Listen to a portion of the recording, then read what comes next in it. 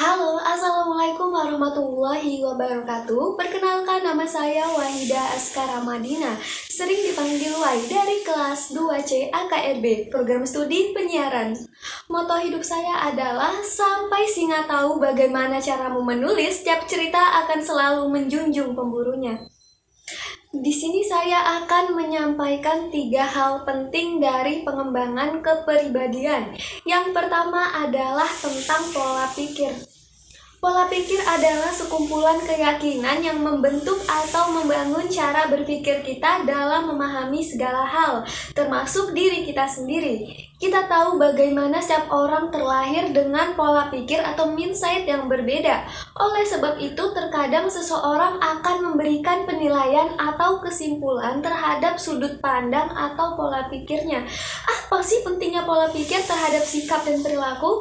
Kita tahu pola pikir memiliki pengaruh 70 sampai dengan 100% dalam hidup kita. Nah, di sini apabila kita memiliki pola pikir positif, tentunya hal demikian akan sangat berpengaruh dalam keseharian kita. Contohnya, kita akan mampu menyikapi segala permasalahan dengan kepala dingin, mampu mencari solusi atas segala masalah dan selalu berpikir maju.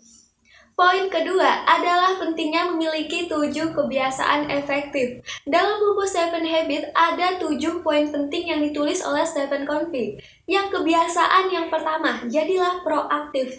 Bersikap proaktif artinya bertanggung jawab atas perilaku kita sendiri di masa lalu, di masa sekarang, maupun di masa yang akan datang. Kebiasaan proaktif adalah kunci membuka 6 kebiasaan lainnya. Yang kedua, merujuk kepada tujuan akhir atau mulailah mengingat tujuan akhir kita. Hal tersebut adalah cara bagaimana mendapat gambaran yang jelas mau kemana dalam hidup ini. Nah, apabila kebiasaan 1 menentukan kita sebagai pengemudinya, maka kebiasaan 2 memerintahkan kita untuk kemana kita akan menuju. Kebiasaan yang ketiga adalah dahulukan yang utama.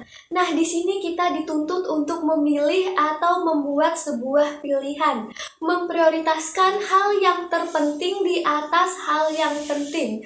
Proses melatih diri mendahulukan yang utama dapat dilakukan dengan menjalani tata kehidupan disiplin pada prinsip kita. Kebiasaan keempat, berpikir menang-menang. Berpikir menang atau menang adalah cara berpikir yang berusaha mencapai keuntungan bersama dan didasarkan pada prinsip saling menghormati dalam sebuah interaksi.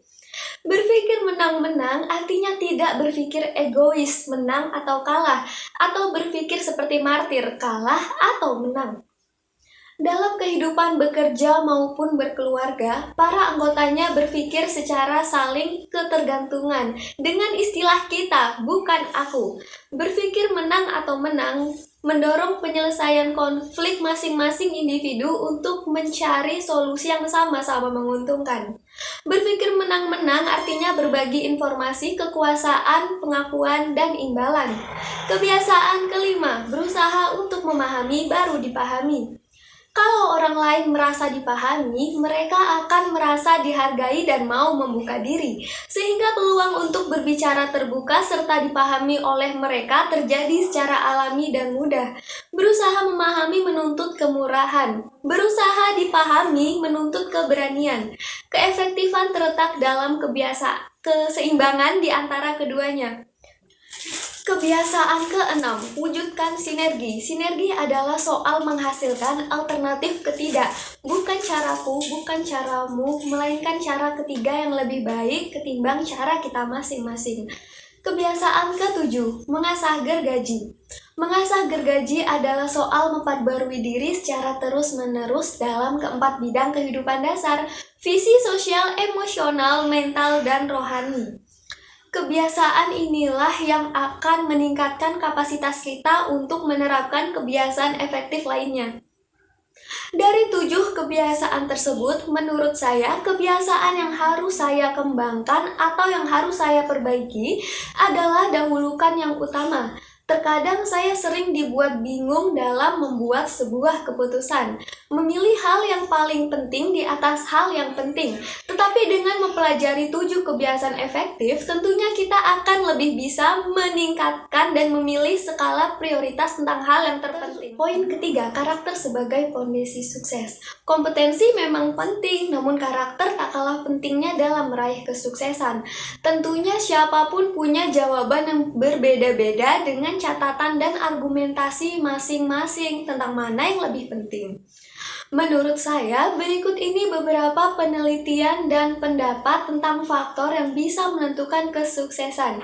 Yang pertama, soft skill mendominasi keberhasilan. Sebuah penelitian mengungkapkan bahwa kesuksesan ditentukan oleh 20% hard skill, sisanya 80% soft skill.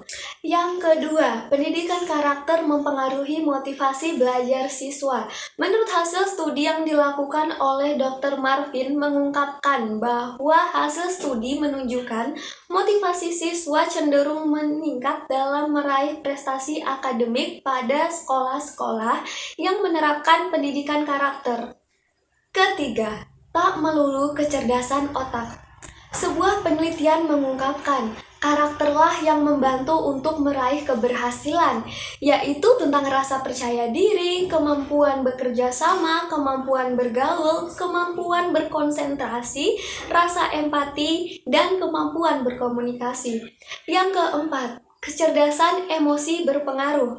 Ternyata, anak-anak yang mempunyai masalah dalam kecerdasan emosinya akan mengalami kesulitan belajar, bergaul, dan tidak dapat mengontrol emosinya. Mungkin sekian presentasi dari saya, Wahida Askara Madina dari kelas 2C. Assalamualaikum warahmatullahi wabarakatuh.